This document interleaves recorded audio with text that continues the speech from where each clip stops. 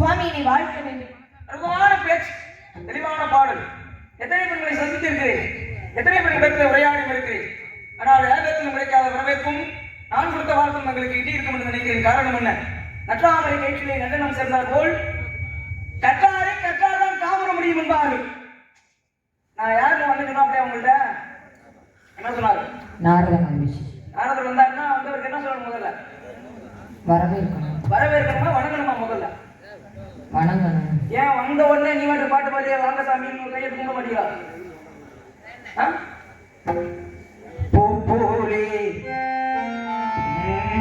புன்னகையில் பொன் உலகினை கண்டேனம்மா,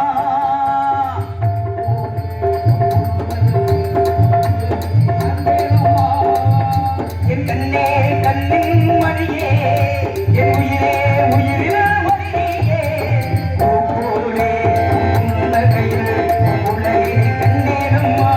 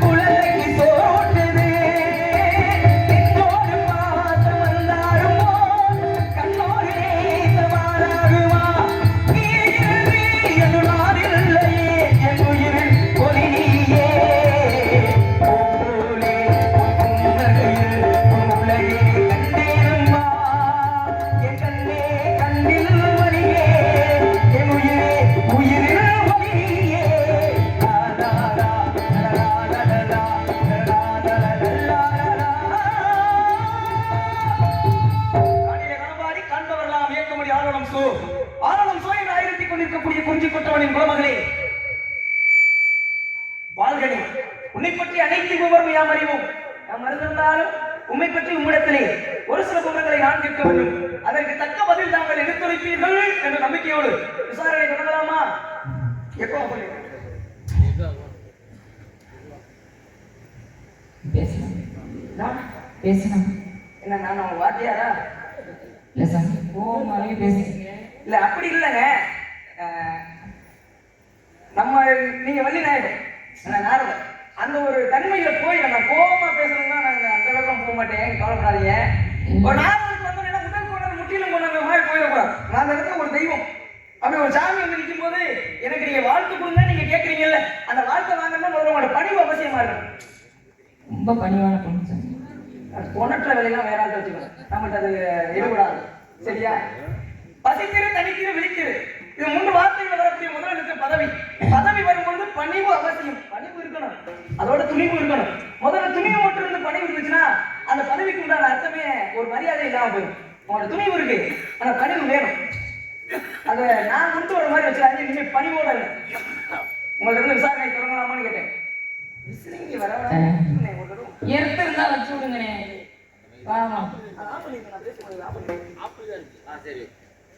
இல்ல ஒண்ணுங்க, ஒன்னும் அவசரம் இல்லை. அந்த மைக்ல எடுத்திருந்தா கூட வச்சு விடுங்க. விசில் வருது வரல, கொஞ்சம் எடுத்திருந்தா வச்சு. வந்ததுல இருந்தே கட்டிக்கிட்டே கிடக்குறாரு, என்னன்னு தெரியல. பாவம், இவர்கிட்ட ரொம்ப பணிவா பேசணுமா? என்ன பண்றது?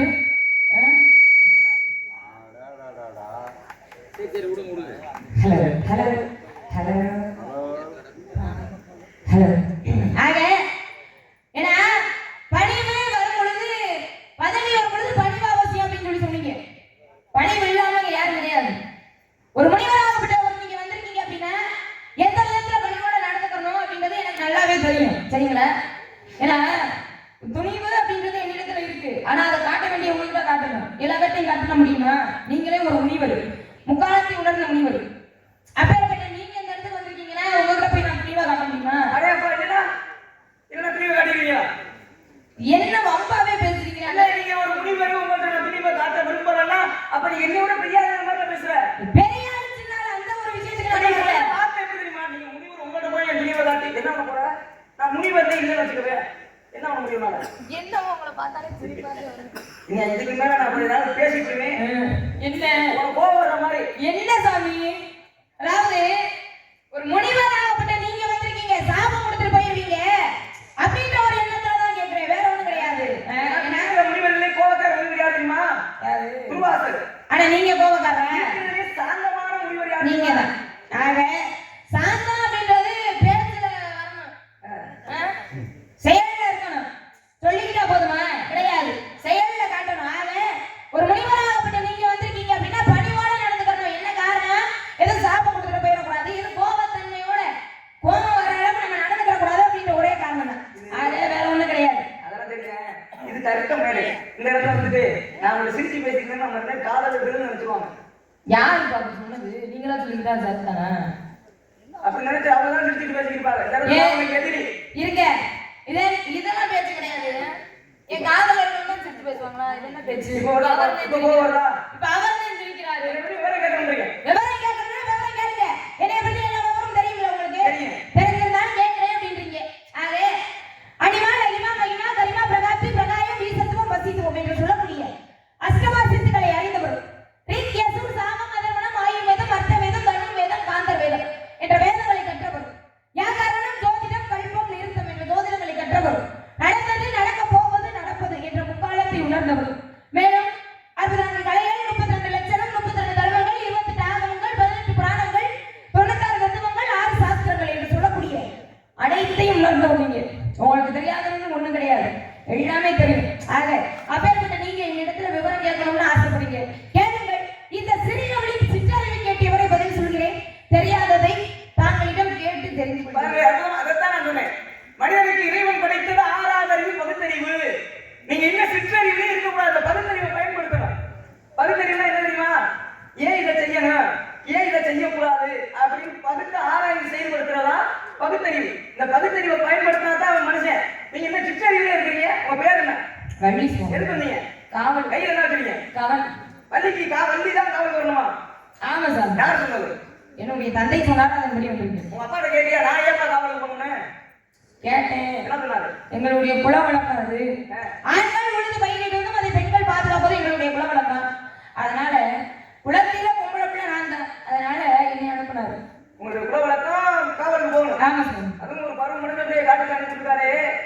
குல வழக்கம்னா இப்படி தொன்று தொட்டு வந்ததுக்கு தான் குல வழக்கம். சரிங்களா?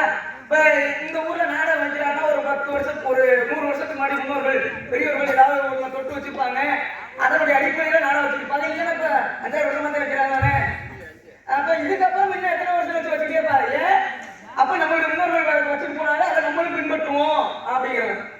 இப்ப இது என்னுடைய சந்தேகம் என்னன்னா, உங்களுடைய குல வழக்கம் உனக்கு முன்னாடி யாராவது காவல் வந்து சந்தேகம் அப்படின்றது முத வரக்கூடாது. எதுக்கு உங்களுக்கு சந்தேகம் வருது? புருஷன் பொண்டாட்டி மேல சந்தேகப்படக்கூடாது, பொண்டாட்டி தான் புருஷன் மேல அந்த சந்தேகம் தான் வரக்கூடாது. படிச்ச 2 அதிகாரி பேசும்போது உன் பேச்சுல எனக்கு சந்தேகம் வரணும். அப்படி வந்தா தான் நாங்க தெரிஞ்ச கல்விமா. என் பேச்சுல உனக்கு சந்தேகம் வரணும். அள்ளி காவல் வந்து கையில என்ன சொல்லி குறை விரட்ட? வரவே விரட்டுறது பாவம் இல்லையா? பாவம் தான், என்ன செய்வது? இருந்தாலும் இறைவனுக்கு படைக்கக்கூடியது. எச்சப்பட்ட கூடாது அப்படின்ற ஒரே காரணத்துக்காக எத்தனையோ விதைத்திருக்கோம் இல்லையா? அப்ப எச்சம்னா மலம். ஆமா, ஏன்னா எச்சில் வேற, எச்சம் என்பது வேற. எச்சில் என்பது உமிழ் நீராக வாய் வழியாக வரக்கூடியது, எச்சம் என்பது மலமாக வரக்கூடியது. அப்ப எச்சம் தான் போடக்கூடாது. ஆமா சார். அப்ப எச்சில் பண்ணலாமா? எச்சில் பண்ண எல்லாம் மனதுதான் காரணம். அந்த எச்சில் கூட சாமி ஏத்துக்கலாம். ஏத்துக்கிற தன்மை இல்ல. எந்த சாமி எச்சி ஏத்துக்கிறது? நீங்க ஒரு கோயிலுக்கு போங்க, தேங்காய் ஒரு பாதி முடிய உடைச்சு நீ ஒரு 2 கரண்ட் கட்டி சாமி கிட்ட வை, பாப்பா ஏத்துக்கிறாங்க. அதெல்லாம் கவன்றது இல்ல வாழைப்பழத்தை பாதியை கட்டிட்டு உள்ள கொண்டு வை, ஏத்துக்குமா? கிடையாது. நம்ம மனசு மேல ஏத்துக்குமா? அதுதான் சுவாமி, மனது ஒண்ணுதான் நாளைக்கு. எச்சி எப்படி ஏத்துக்கணும் சாமி? ஏத்துக்க முடியாதுன்னா எச்சி எப்படி சாமி ஏத்துக்கணும் சொல்ற நீங்க? எந்த சாமியாவது எச்சி ஏத்துக்குமா? சொல்லுங்க. இன்னைக்கு சாமிக்கு பாலாபிஷேகம் பண்றாங்க. சரியா? நீங்க நினைக்கலாம் ஏன் பால் அபிஷேகம் பண்ணும்போது பால் எச்சில் தானே ஏன்னா கண்டுபிடி வாய் வச்சு குடிச்சதுக்கு அப்புறம் தான் அதை கொண்டு பீச்சு கொண்டு படிக்கும் அது கிடையாது. நான் சொல்ல முடியாது, நான் சொல்ல மாட்டேன். ஏன் ஏன்னா எல்லா பேரும் சொல்லுவாங்க கன்றுக்குட்டி குடிச்சதுக்கு அப்புறம் தான் அதை கலந்து இறைவனுக்கு படைக்கிறான் அப்படின்னு. ஆனா கன்றுக்குட்டி குடிச்சதுக்கு அப்புறம் என்ன செய்வாங்க, அதை தூய்மை படுத்திட்டு தான் பாலாக்கப்பட்டதையே எடுப்பாங்க. அப்பேற்பட்ட தன்மை இருக்குல்ல எல்லாத்தையும். நீங்க பால் குடிச்சிருக்கீங்களா? நான் அதை பழக்கம் இல்லை தான். ஒரு தடவை தான் கழுவாங்க, ரெண்டாவது தடவை ஊற்றி காட்டு பால் குடிச்சதுக்கு அப்புறம் மறுபடியும் தண்ணி ஊற்றி கழுவ மாட்டாங்க. சரி, தேன் அபிஷேகம் பண்றாங்க தெரியுமா? தேன் எப்படி உற்பத்தி ஆகுது தெரியுமா? மகரந்தத்தை பூக்கள் இருக்கக்கூடிய மகரந்த தேனை தேனீக்களுடைய வாயால தான் எடுத்து சேகரிக்குமா? அப்ப தேனியுடைய எச்சி தான் தேனு, அது அபிஷேகமா பண்ற ஏத்துக்குது. பாத்தீங்களா? நீ சாமிக்கு பட்டு சாத்திரம் பாத்தீங்களா? பட்டு எப்படி உற்பத்தி ஆகுது? பட்டு பூச்சியுடைய எச்சில உமர்ந்துதான் பட்டுங்கிற நூல் உற்பத்தி ஆகுது. அப்ப அதை ஏத்துக்கிறது எச்சிலை ஏத்துக்குவார் இறைவன், எச்சத்தை ஏத்துக்க மாட்டார். எச்சம்னா மலம் ஜலம் கழிவுகளை இறைவன் ஏற்க மாட்டார். ஏன்னா நம்ம என்னதான் நீங்க காவல் கட்டாலும் ஆதாயத்துல பிறந்து போற பறவையோட எச்சத்தை உங்களால தடுக்க முடியுமா? கிடையாது. நீ காவல் பார்த்து எதுக்கு? முடிந்த அளவு காவல் காத்துக்கிட்டு இருப்பாங்க.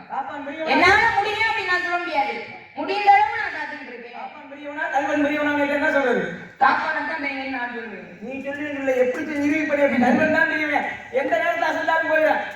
பறவைகள் எச்சத்தை இறைவன் ஏற்க மாட்டாருங்கிறீங்கல்ல, நான் ஒரு சின்ன விஷயம் பேசுவோமா?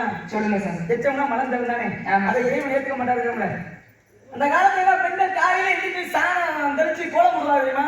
எதுல கோலம் போடுவாங்க அந்த காலத்துல? அரிசி மாவு இந்த மாதிரி தான் போடுவாங்க. பூமியில கீழே ஊர்ந்து எறும்புகள் எல்லாம் சாப்பிட்டு பசியாரட்டும்னு சொல்லி இந்த பிள்ளையார் பிடிச்சு வைப்பாங்கல்ல, எதுல பிள்ளையார் பிடிச்சு வைப்பாங்க? சாணத்துல தான் பிடிச்சு வைப்பாங்க.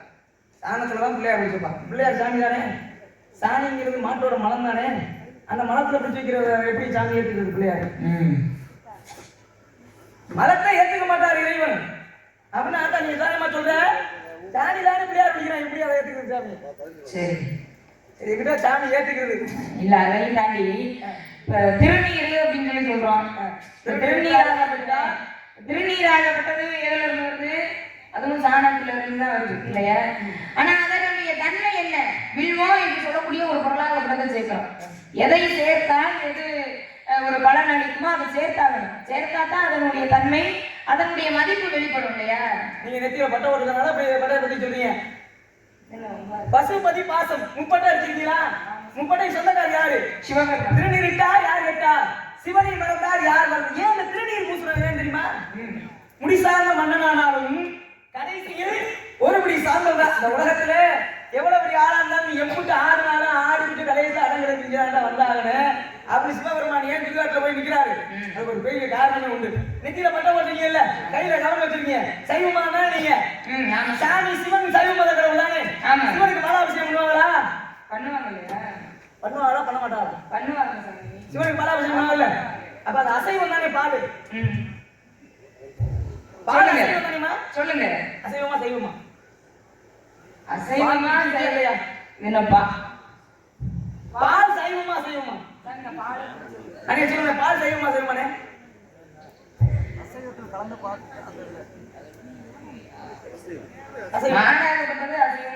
அசைவத்தை எப்படி சிவன் சைவம் கடவுளுக்கு எப்படி போய் பால் எப்படி போய் நீங்க அசைவம் சொல்றீங்க? பால் பசுமாடு வந்து எந்த அதாவது எப்படி அதை பால சைவத்துல சேர்க்கிறாங்கன்னா எந்த அசைவ உணவையும் பசுமாடு உண்ணாது. அசைவமா மற்ற ஜீவராசியை பிடிச்சி உண்ணாது. அதுக்குள்ள தாவர வகைகளை மட்டும் தான் சாப்பிடுறது. மனிதர்தான் அசைவத்துல இருந்து எல்லாத்தையும் சாப்பிடுவோம். அதுல இருந்து வர்ற தாவர உணவுல இருந்து வர்றத சாப்பிடறதுனால அந்த பாலை சொல்லி சைவத்துல சேர்த்தாங்க. ஆனா நான் அசைவம் சொல்றேன். பாலை எப்படி பால் எதுல இருந்து உற்பத்தி ஆகுது? எதுவா மாறுது? பால் எதுவா மாறுது? அப்படிங்களா? தன் ரத்தத்தின் ஒரு பாகத்தை தான் பாலா மாத்துது. அப்ப ரத்தம் அசைவம் தானே சொல்றீங்க, அதை சொல்லுங்க. அப்ப அதை எப்படி மாத்துது? அதை சிவபெருமான் ஏற்கிறார். 63 நாயன்மார்கள் மொத்தம் இருந்துட்டு போட்டோம். என்ன தம்பி, நான் உன்னை முறைச்சுக்கிட்டே நிக்கிறீங்க, நீ சிரிச்சுக்கிட்டே இருக்க. இந்த என்ன வம்பா இருக்கு? என்னை பார்த்தா உங்களுக்கு சிரிப்பா தெரியுதா? நான் முறைக்கிறேன், நீ ஏன் சிரிக்கிறீங்க? காமெடி பீஸ் மாதிரி இருக்கீங்க. நீங்க என்ன 63 பேசிக்கிட்டு இருக்கீங்க? என் முகமே அப்படித்தான். எதுக்காக உங்களுக்கு மாத்திக்க முடியாது? பேசுங்க. அப்படிவா பேரு நல்லா இருக்கு. 63 நாயன்மார்கள். 63 நாயன்மார்கள்ல வெறும் 6 நாயன்மார்கள் தனக்குள்ள ஐக்கியம் பண்ணிட்டார் தெரியுமா சிவபெருமான்? சிவனோட வேலையை எப்படி தெரியுமா? ஒவ்வொருத்தனையும் விடாம அவனுக்கு ரொம்ப தொந்தரவு கொடுத்து கடைசியிலே அவனை தனக்குள்ள ஐக்கியமாகிடுவாராம். ஆனா சிவனே பக்தியில மிரண்டு ஓடுறா, இப்படி இல்லாம பக்தியா இருப்பாங்க. அப்படி சிவனே மிரண்ட ஒருத்தன் யார் கேட்டா அவன் தான் திண்ணப்பன் சொல்லக்கூடிய கண்ணப்பன். எனக்கு கண்ணப்பன் வரலாறு தெரியும், சுருக்கமா சொல்றேன். காட்டுல போனா சிவலிங்கம் இருக்கு, சிவலிங்கத்தை பார்த்தோம்னே என்ன பண்ண அசுத்தமா இருக்கு சிவலிங்கம் அப்படின்னு சொல்லிட்டு என்ன பண்ணுவேன், விறுவிறுன்னு போய் கையில தண்ணி அள்ளுவேன். பொன்முகலி அப்படிங்கிற நாட்டுல ஏரிக்கரையில போய் அந்த ஏரியில கையில தண்ணி அள்ளி கொஞ்சம் தூரம் கொண்டு போய் ஒழிக்கணும். அப்ப எப்படியா சிவலிங்கத்தை கழுவணுமே அப்படின்னு சொல்லிட்டு தன்னோட வாயால தண்ணியை மூந்து போய் சிவலிங்கத்துல ஊத்துவேன். ஊத்துன உடனே சிவலிங்கம் சுத்தமாயிருக்கு. காட்டுக்கு போவேன், சிவன் சாப்பிடாம இருப்பார்ல, சிவனுக்கு பசிக்கும்ல, அப்ப அவன் வேண்டுவன். அப்ப என்ன விறுவிறு காட்டுக்கு போறேன், பன்றி அடிக்கிறேன், அடிச்சு கொண்டாந்து சமைக்கிறேன், சமைச்சுட்டு எந்த கறி நல்லா இருக்கு அந்த கறியை சமைச்சு பார்த்து சாப்பிட்டுட்டு சாமிக்கு வைக்கிறேன். சாமி ஏத்துக்கிட்டாங்க. அது எப்படி? அப்ப ஒவ்வொரு நாள் அர்ச்சகர் என்னடா சிவன் சைவ மலர்கள் அவன் உடனே அசைவத்தை வைக்கிறாங்களே, இப்படி அநியாயம் பண்றாங்கன்னு சொல்லிட்டு அர்ச்சகர் யோசிக்கிறார். அப்பதான் அர்ச்சகரை கூப்பிட்டு கனவுல வந்து அவனுடைய பக்தியை நீ இன்னைக்கு வந்து பாரு அப்படிங்கிறார் சிவபெருமான். அர்ச்சகர் கோயிலுக்கு முன்னாடி நிற்கிறார், மரத்துக்கு முன்னாடி. அப்ப அவன் கரிய குணம் பண்ணிக்கிறேன், சிவனுடைய ஒரு கண்ணில இருந்து நீர் வருது, ரத்தம் வருது, தன்னுடைய கண்ணை எடுத்து வைக்கிறான், மறுகண்ணில இருந்து நீர் வருது, ரத்தம் வருது. அப்ப மறுகண்ணில இருந்து அந்த மறுகண்ணை எடுத்து வைக்கிறக்காக தன்னுடைய செருப்பு காலோட சிவலிங்கத்தை முடிச்சுக்கிட்டு இன்னொரு கண்ணை எடுத்து வச்சானா. செருப்பை சாமி முடிச்சா ஏத்துக்குமா? ஏத்துக்கிட்டாரு. ஏன்? அவன் வாயிலிருந்து கொண்டாந்த தண்ணி எச்சில் அவன் படைத்தது அசைவம். இதெல்லாம் ஏன் ஏத்துக்கிட்டாரு? அவனுடைய எண்ணத்தை மட்டும்தான் பார்த்தாராம் சிவபெருமான். எப்படி சாமிக்கு வாயால உணவு ஊத்துனா எச்சியில சேர்ந்துடும், பண்ணக்கூடாதுன்னு அவனுக்கு தெரியல. அவனுடைய எண்ணம் கூட எப்படி இருந்துச்சான், சிவனை குளிர்விக்கணும், சிவனை சுத்தப்படுத்தணும் அப்படிங்கிற ஒரு எண்ணம் மட்டும்தான். காட்டுல போறேன், பன்றி அடிக்கிறேன், பன்றியை படைக்க கூடாதுன்னு இவனுக்கு தெரியல. ஆனா இவனுடைய எண்ணம் கூட எப்படி இருந்துச்சு, பசியா இருக்கிற சிவனுக்கு பசியை போக்கணும். அப்ப எண்ணத்தை தான் பார்த்தா அது வச்சதை பார்க்கல. அதனாலதான் வெறும் 6 நாள் தான், 6 நாள்ல தனக்குள்ள ஐக்கியமாகிறார். இது நாயன்மார்கள் ஒவ்வொருத்தரையும் எம்பெருமான் சிவபெருமான் சோதிச்சுதான் நமக்குள்ள ஐக்கியமாகிறாங்க. நாயன்மார் கொண்ட 63 நாயன்மார்கள் சண்டேஸ்வரர் ஒரு இருந்தார். அந்த பட்டம் ஒரு நாயன்மார் கொடுத்தாங்க. அந்த நாயன்மார் யாரு? அந்த பட்டம் கொடுத்தது யாரு? கொடுக்க வேண்டிய இடத்துல கொடுத்துருப்பாங்க. இது எதுக்கு நமக்கு வந்தோமா, 4 விஷயத்த சொன்னோமா, நல்ல விஷயத்துக்காக வந்திருப்பீங்க, என்ன நல்ல விஷயத்துக்காக வந்திருப்பீங்க, அதை சீக்கிரமே நடத்தி வச்சீங்கன்னா நல்லா இருக்கும். எப்படி? அப்ப நான் வந்து எடுக்கிறவா? இல்ல சாமி, ஏதாவது ஒரு நல்ல விஷயத்துக்காக தான் வந்திருப்பீங்க. வந்த உடனே ஒரு சண்டை அப்படின்ற இடத்துக்கு வரலாமா? முதல் சந்திப்பு. உங்களுடைய வளர்ச்சி எனக்கு ரொம்ப பிடிக்கும். சரி, நாராயணத்துல நாராயணத்துக்கு வந்து 19 வருஷம் ஆகுது. சரியா? ஆனா எங்களை எல்லாம் தாண்டி நீங்க எல்லாம் வந்தோடனே அந்த இடத்துக்கு நான் போயிடல. 10,000 ரூபாய் சம்பளம் அந்த ஆத்தாளுக்கு. அந்த ஒரு கேள்வி கூட கேட்கல. அதுல என்ன அவசியத்துக்கு வந்து சிரிக்க வெக்கமா இல்லையா உனக்குலாம்? வெக்கமா இல்லையா? நீங்க எதுக்கு பேசுறீங்க? சம்பளத்தை பத்தி நீங்க எதுக்கு பேசுறீங்க? 10,000 என்ன விடுறாங்க? பேசுறேன் 16,000 ஏன் 10,000 கொடுத்தாரு? ஐயா அதுல ஒரு ஆட்டை குறைச்சு சொல்லிட்டீங்க. சண்டைக்கு வரலையா? ஆட்டோவுக்கு வேற காசு இருக்குப்பா. தேவையில்லாத பேசுறாம நம்மள பொம்பளை பிள்ளையா படத்து வழியா போடாதியா. என்ன பண்றது பாவா? சொல்லுங்க, வாங்க விஷயத்துக்கு வாங்க. ஏன் உங்களுக்கு ஏன் போறாங்க? எதுக்கு போறாங்க? கையை ஒடிச்சு விடுவேன், கையை ஒடிச்சு விடுவேன். சும்மா அந்த பக்கத்து நீட்டி பேசுற ஒரு அளவுக்கு தான் நான் மறுத்துக்கு நிப்பேன். சரிங்களா? என்ன என்னங்க முதல் சந்திப்பு அப்படின்றதுக்காக பொறுமையா போனா நான் இவ்வளவு பொறுமையா பேசுறது இன்னும் கேவலமா கேட்பேன். எதுக்கு எதுக்கு கவனமா கேட்பீங்க? ஏன் வந்த? எதுக்கு பதில் சொல்ல தெரியல நான் சொல்றேன். இல்ல பதில் சொல்ல தெரியலன்னு நான் உங்ககிட்ட சொல்றேன். எதுக்கு வந்தீங்க? எங்க பாத்து கேக்குறியா? நான் வந்து பாட்ட பாடிட்டு அந்த வேலையை கேட்டு போறதுக்கு நீ சும்மா நோகாம உட்கார்ந்து போறதா? நாங்க வந்து கத்திட்டு வந்து போறதா? கத்துங்க, யார் வேணாம்னது உங்ககிட்ட? உங்களுக்கு சண்டை கத்துங்க. பதில் சொல்லல. கேள்வி அப்படின்ற இடத்துக்கு நீங்க வரக்கூடாது. கேள்வின்ற இடத்துக்கு நீங்க எதுக்கு வரீங்க? எதுக்கு வரீங்க? எனக்கு கேட்கப்படாத கேள்வி கேட்கறத நான் கேட்பேன். நீ பதில் சொல்லணும். அதான் தலையெழுத்து. போன போது ஒரு முனிவர் ஆச்சு, எவனோ பாவம் தேடி வந்துட்டாரு. மனசு போனாலும் நடந்துக்கிறேன்னு நம்மளும் பார்த்தா என்ன இதெல்லாம் எகத்தால எங்கிட்டு கடந்து பிடிச்சி வந்தீங்க இந்த நாள்? முனிவருடைய மனசு போகாம நீங்க எப்படி நடந்துக்கிறீங்க சொல்லுங்க. ஏதோ பாவம் சரி சாபத்தை கொடுத்துருவாரு அப்படின்னு நம்மளும் பொறுமையாவே போனா கேள்வி தெரியாத துப்பு இல்லையா, வெக்கம் இல்லையா?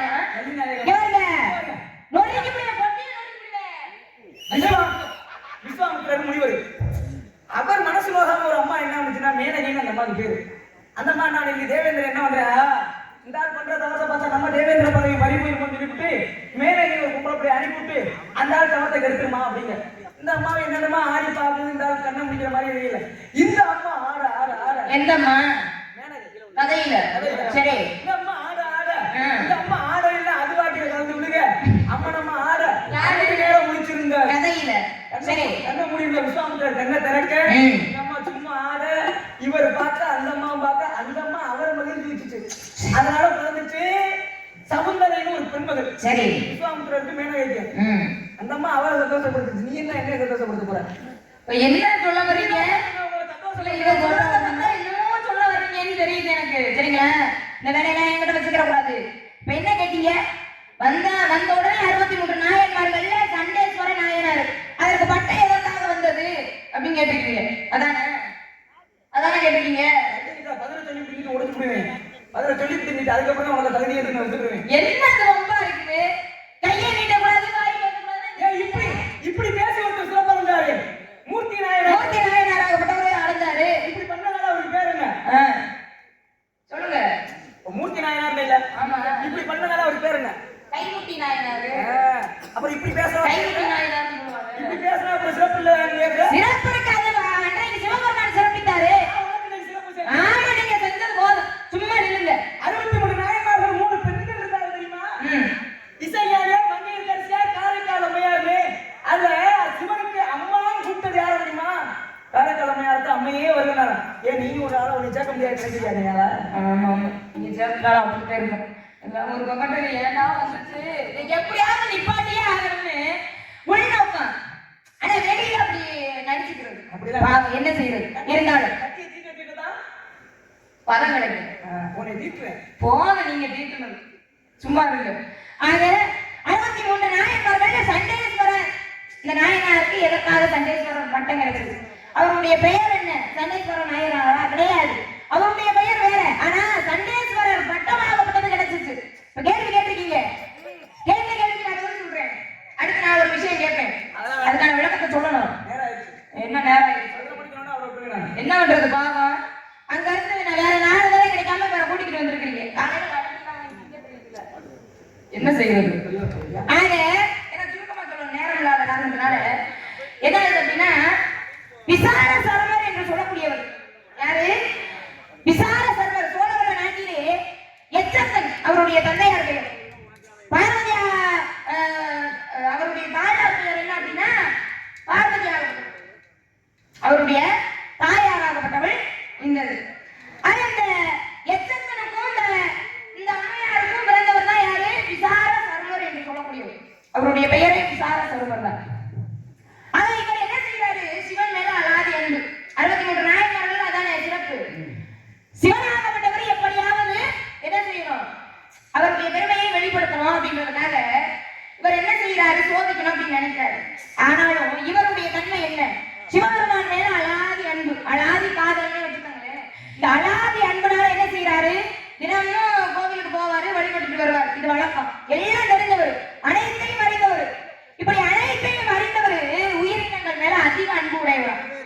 ஒரு சிறு எறும்பு வந்து உயிர் போனாலும் அந்த இடத்துல ரொம்ப வருத்தப்பட்டு அழுகுவாராம். அப்பேற்பட்ட தன்மை உடையவர். இவர் என்ன செய்யறாரு? நடந்து போய்க்கு இருக்கிறார். பாதையில் நடந்து போய்க்கு இருக்கும் பொழுது எதிர்த்தாப்புல இந்த மாடு மேய்ப்பவர்னு சொல்லுவாங்க இல்லையா, மாடு மேய்க்கிறவர் என்ன செய்யறாரு? கம்பை கொண்டுகிட்டு அந்த மாடை வந்து அடிச்சுக்கிட்டே வர்றாரு. இப்படி அடிச்சுக்கிட்டே வரும் பொழுது இவருக்கு மனசு தாங்கல. ஒரு வாயில்லாத ஜீவனை இப்படி அடிச்சுக்கிட்டு வரையே, உனக்கு அறிவு இருக்கா? கதையில என்ன வம்பா இருக்கு? எது சொன்னாலும் இப்படி வம்பா இருந்தா என்ன சாமி? கதையில சொல்லிக்கிட்டேன். கதையில இந்த விசார சர்வர் என்று சொல்லக்கூடியவர் என்ன செய்யறாரு? இந்த மாடு மேய்ப்பவரை பார்த்து, வாயில்லா ஜீவனை இப்படி அடிக்கிறியே, இது பண்ணலாமா? இது பெரிய தவறு, இது பெரிய பாவம். இனிமேல் நீ இந்த வேலையை பார்க்காத. இனிமேல் நீ இந்த வேலையை பார்க்காத. எந்த வேலை? மாடு மேய்க்கிற வேலையை நீ பார்க்காத. நானே அந்த வேலையை பார்த்துக்கிறேன். நானே இந்த மாடு மேய்க்கிற வேலையை நானே பார்த்துக்கிறேன். நானே உயிரினங்கள் இடத்துல அன்பா இருந்துக்கிறேன் அப்படின்னு சொல்லி இந்த மாடு மேய்க்கிற தொழிலை இவர் ஏற்றுக்கிட்டாரு. இப்ப தினமும் போறாரு, மாடு மேய்க்கிறாரு, வீட்டுக்கு ஓட்டிக்கிட்டு வந்துடுறாரு. இப்ப இந்த மாடுகளே ரொம்ப வருத்தப்படுமா? இவர் வரலன்னா, யாரு? விசார சர்வர் சொல்லக்கூடியவர் வரலன்னா இந்த மாடுகளே ரொம்ப வேதனைப்படுமா. அப்படி ஒரு அந்யோன்யமா இருந்திருக்காரு. அப்படி இருக்கும் பொழுது ஒரு நாள் ஆற்றங்கரைக்கு ஓட்டிக்கிட்டு போறாரு. மாடுகளை ஆற்றங்கரைக்கு ஓட்டிக்கிட்டு போறாரு. அப்படி ஓட்டிக்கிட்டு போகும் பொழுது அங்க போய் மாடு மேய்க்க விட்டுறாரு. மாடு மேய்ஞ்சுக்கிட்டே இருக்குது. அப்படி மேய்ந்து கொண்டே இருக்கும் பொழுது இவர் அந்த மணல்ல என்ன செய்யறாரு? சிவலிங்கமாகப்பட்டதை செய்யறாரு. சிவலிங்கமாகப்பட்டதை செய்து அந்த சிவலிங்கத்திற்கு பாலாபிஷேகம் செய்யணும். பாலாபிஷேகம் செய்யணும் அப்படின்னு சொல்லிட்டு அந்த மாடுகளை போய் பார்க்கிறாரு. திரும்பி பார்த்த உடனே குறிப்பால் இவர் என்ன சொல்ல வர்றாரு அப்படின்றத அந்த மாடுகளாகப்பட்டது உணருமா? உணர்ந்து என்ன செய்யுமா? அதுவே தன்னுடைய பாலாகப்பட்டதை கறந்து என்ன செய்யுமா பாத்திரத்தை வைப்பாரன். பாத்திரத்தை வைத்த உடனே அப்படி தொட்ட உடனே போதுமா பாலை அதுவே கறந்து கொடுத்துருவான். ஏன்னா சிவபெருமானுக்காக இல்லையா? கறந்து கொடுத்த உடனே என்ன செய்வாரு? அந்த பாலை எடுத்துக்கிட்டு போய் இந்த மணல் லிங்கத்துல ஊற்றி அபிஷேகம் செய்வாரு. இத பார்க்கிறவங்களுக்கு என்ன தெரியும்? மணல்ல எதையோ ஊத்தி விளையாண்டுட்டு இருக்கேன், சின்ன பையன் மணல்ல ஊத்தி விளையாண்டுட்டு இருக்கேன் அப்படின்னு தானே தெரியும் கதையில. ஆக இந்த சின்ன பையன் யாரு பாக்குறா? எச்சத்தன் என்று சொல்லக்கூடியவர், அவருடைய தந்தையாகப்பட்டவர் பார்க்கிறாரு. இப்படி சின்ன பையன் ஒரு பாலை அப்படி வீணாக்குறானே அப்படின்னு சொல்லி ரொம்ப வேதனைப்படுறாரு. அப்படி வேதனைப்பட மாட்டோம், ஏன்னா இங்கேயே பாலை கறந்துருது. வீட்டுக்கு போய் கறக்குமா? கறக்க முடியாது. ஆக இங்கேயே கலந்ததுனால சந்தேகப்பட ஆரம்பிச்சிட்டாங்க. என்னடா இது, இவன் ஏதோ திருட்டுத்தனம் பண்றேன், ஏதோ திருட்டுத்தனம் பண்றேன். கதையில இந்த விசார சர்மன் என்று சொல்லக்கூடிய திருட்டுத்தனம் பண்றேன், பாலே கறக்க மாட்டேங்குது. கதை சொல்ற விதம் நல்லா இருக்குது. என்ன பண்றது, உங்ககிட்ட வந்து அப்படித்தான் இருக்கணும். ஆக இந்த திருட்டுத்தனம் என்ன பண்றேன் அப்படின்னு தன்னுடைய மகனை நோட்டப்படுறாரு. யாரு? எச்சத்தன் என்று சொல்லக்கூடியவர். இவர் நோட்டப்பட்டதுனால என்ன ஆகுது? ஓரமா ஒளிஞ்சு நின்று பாக்குறாரு. இவர் எப்பவும் போல சிவலிங்கம் செய்து அதை பாலால அபிஷேகம் செய்கிறாரு. அவருக்கு லிங்கமாக தோற்றம் அளிக்குது. யாருக்கு? விசார சர்வருக்கு லிங்கமாக தோற்றம் அளிக்குது. ஆனா அவருடைய தந்தைக்கு என்னவா? வெறும் மணலா தோற்றம் அளிக்குது. இதை பார்த்தவருக்கு கோபம் அதிகமாயிருச்சு. ஒரு பாலப்படி வீணாக்குறானே அப்படின்னு சொல்லி என்ன செய்யறாரு? அந்த இடத்துல குச்சியை எடுத்துக்கிட்டு போய் அவர் அடியான அடிக்கிறார். யாரு? அவருடைய தந்தையாகப்பட்டவர் விசார சர்மனை என்ன செய்யறாரு? அடியான அடிக்கிறாரு. அப்பெல்லாம் எதுவும் கவலைப்படல, அப்பெல்லாம் எதுவுமே கவலைப்படல. தன்னை அடித்தால் பரவாயில்லை அப்படின்னு அடி வாங்கிக்கிட்டே நிக்கிறாரு.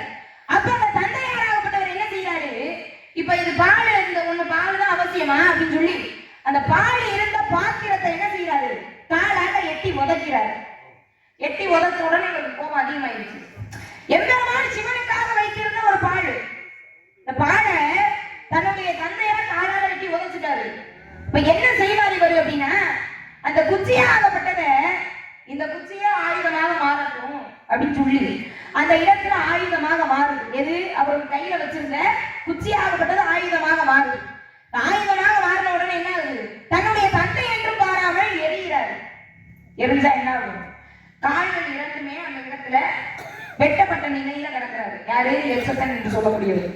யார் எறிந்தார்? விசார சர்மர் என்று சொல்லக்கூடியவர் தன்னுடைய தந்தை என்றும் பாராமல் அந்த ஆயுதத்தை வச்சு எரிகிறாரு. கால்கள் இரண்டுமே வெட்டப்பட்டுருச்சு. அப்பதான் சிவபெருமான் பார்க்கிறாரு, ரத்தமான ரத்தம் போய்கொண்டே இருக்கு. சிவபெருமான் பார்த்தாரு, இவனை இதுக்கு மேலேயும் சோதிக்க கூடாது, இவனை இதுக்கு மேலேயும் சோதிக்க கூடாது அப்படின்னு சொல்லி என்ன செய்தாராம்?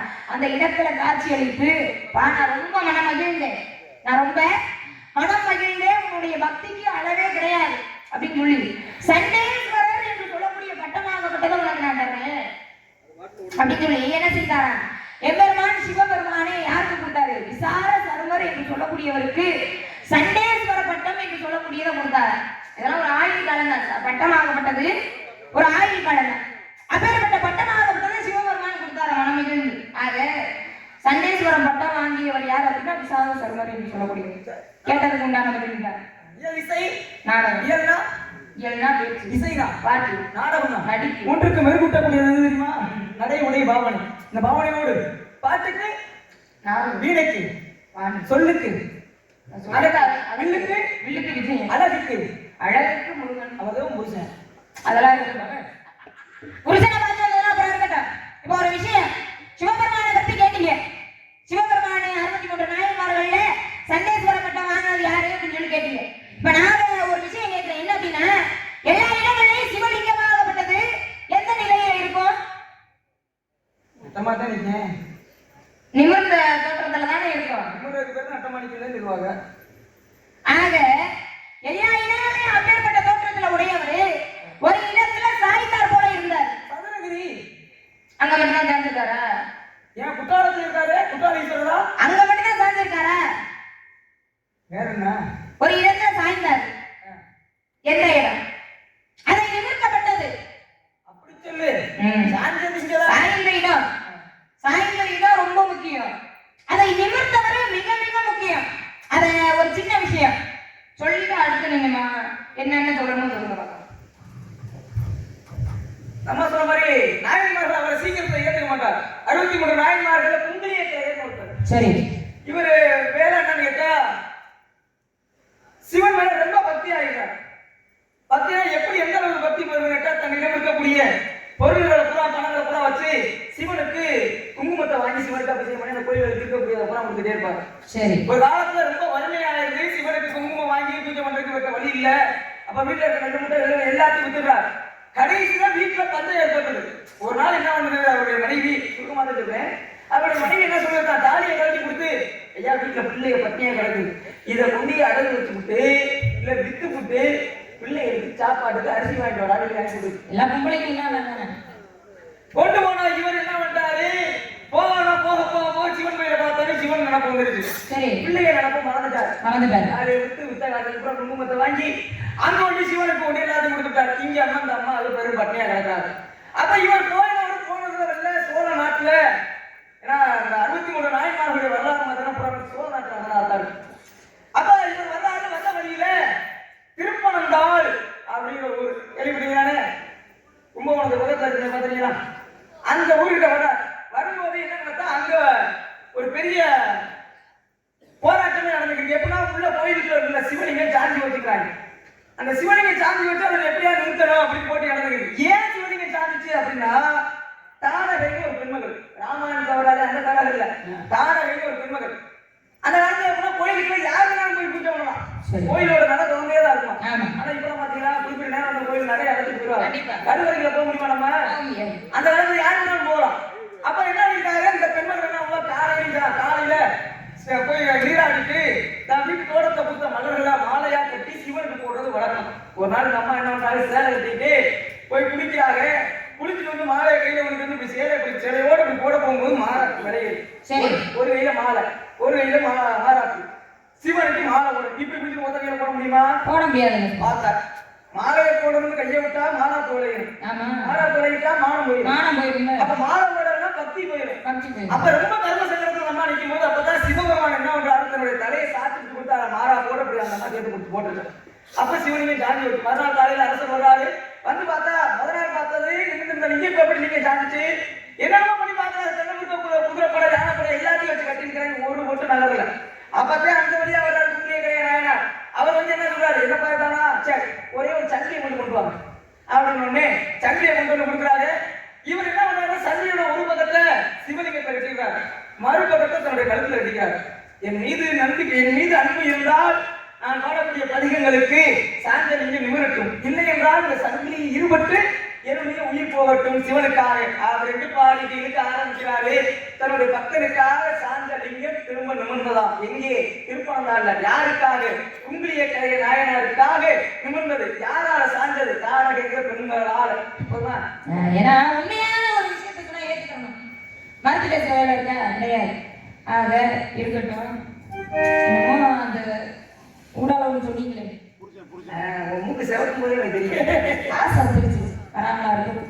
இவ்வளவு நேரம் நீங்க பேசினதே முதல்ல வந்த உடனே மாப்பிள்ளை பேர சொல்லிருந்தீங்கன்னா நேரம் திருமணம் முடிச்சுட்டு போக வேண்டிய இடத்துக்கு போயிருக்காங்க. காரணம் என்ன தெரியுமா, பிள்ளைகள் 13 வயசு ஆயிட்டாலே விவரம் தெரிய ஆரம்பிச்சிருது. என்ன சாமி பண்றது அந்த காலத்துல எல்லாம் விட்டுங்க, போக வருங்க.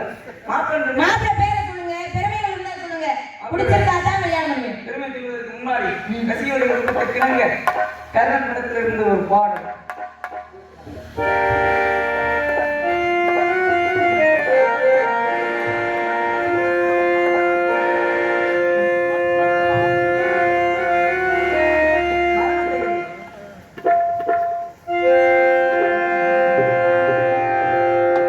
மரணத்தை எண்ணி